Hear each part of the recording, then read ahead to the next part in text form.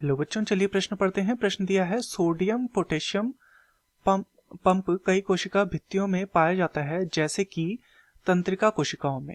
यह pump electrochemical gradient के विपरीत कार्य करता है और इसमें एक इंटीग्रल प्रोटीन एटीपेज भी भाग लेती है। प्रत्येक एटीपी के लिए विकल्प ए है 3 सोडियम आयंस बाहर दिए जाते हैं तथा 2 पोटेशियम आयंस अंदर लिए जाते हैं।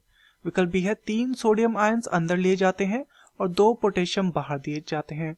विकल्प सी है 2 सोडियम आयंस बाहर तथा 3 पोटेशियम आयन अंदर लिए जाते हैं। तथा विकल्प डी है 3 पोटेशियम आयन अंदर लिए जाते हैं तथा 3 सोडियम आयन बाहर दिए जाते हैं। तो इस प्रश्न में हमसे सोडियम पोटेशियम आयन पंप जो होता है उस विषय में पूछा गया है। अर्थात इस प्रश्न की जो मुख्य अवधारणा जो इस प्रश्न की है वह सोडियम आयन व पोटेशियम आयन पंप के विषय में है। तो चलिए जानते हैं कि यह पंप क्या होता है तथा यह किस प्रकार से कार्य करता है। तो जो ये सोडियम आयन या पोटेशियम आयन पंप जो होता है इसे sodium ion potassium ion ATPase भी कहा जाता है, क्योंकि इसमें एक एटीपेज नामक जो प्रोटीन होता है वह भाग लेता है। यह सभी पशु कोशिकाओं में प्लाज्मा झिल्ली पर देखने को यह मिलता है। सभी जो पशु कोशिका होती है उनमें कहां पर, उनमें यह प्लाज्मा झिल्ली पर देखने को मिलता है। प्लाज्मा झिल्ली में यह स्थित होता है।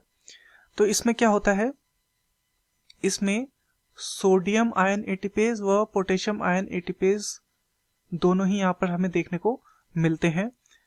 ये एंजाइम होता है तथा ये क्या करता है, कोशिका में पोटेशियम पंप करते समय सोडियम को कोशिका से बाहर पंप करता है। क्या करता है, जब कोशिका में पोटेशियम को पंप किया जाता है, पोटेशियम आयन को जब क्या किया जाता है, पंप किया जाता है, तो उस समय सोडियम आयन को बाहर की ओर पंप करता है। सोडियम आयन को ये क्या करता है, बाहर की ओर पंप करता है, बाहर पंप यह करता है। इस प्रक्रिया में क्या होता है, जो आवश्यक ऊर्जा होती है वह कहां से प्राप्त होती है, जो आवश्यक ऊर्जा होती है, आवश्यक ऊर्जा जो इसमें चाहिए होती है वह प्राप्त होती है एटीपी के हाइड्रोलाइसिस से। एटीपी का हाइड्रोलाइसिस किया जाता है तथा उससे यहाँ पर आवश्यक ऊर्जा प्राप्त होती है इस कार्य को करने के लिए।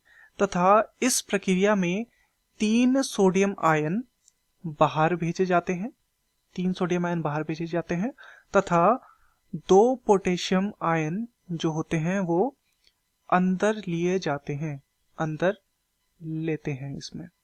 तो चलिए विकल्पों को देखते हैं। विकल्प ए है 3 सोडियम आयन बाहर दिए जाते हैं व 2 पोटेशियम आयन अंदर लिए जाते हैं। तो हमने यहाँ पर क्या देखा, यहाँ पर हमने देखा 3 सोडियम आयन बाहर किए जाते हैं और 2 पोटेशियम आयन अंदर लिए जाते हैं। तो ये जो पहला वाला है ये बिल्कुल हमारा सही है।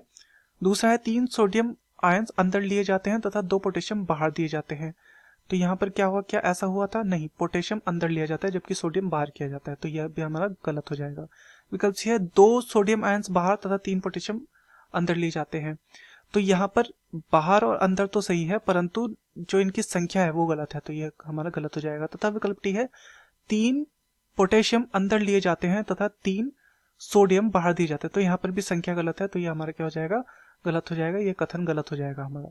तो दिए गए प्रश्न का सही उत्तर होगा विकल्प ए, 3 सोडियम आयंस बाहर दिए जाते हैं तथा 2 पोटेशियम आयंस अंदर लिए जाते हैं। मैं आशा करता हूं आपकी यह समझ में आया होगा। धन्यवाद।